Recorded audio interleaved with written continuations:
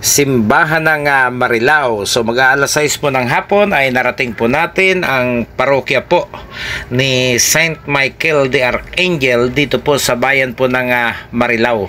So pagkatapos po nito may isa pa pong simbahan tayong natitira, yung pong National Shrine ng Our Lady of Fatima. So pansamantala, tara at ipapasyal ko po kayo sa loob at atin pong aalamin ang kasaysayan ng simbahang pong ito ng bayan po ng Marilao.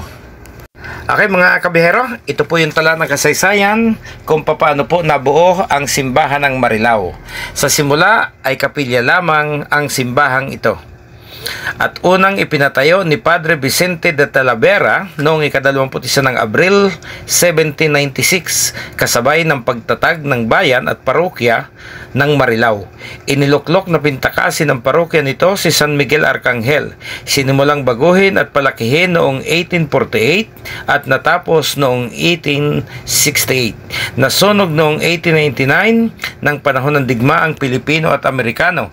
Sinimulan ang pagsasaayos noong 1902 at ibinalik sa dating laki noong taong 1922.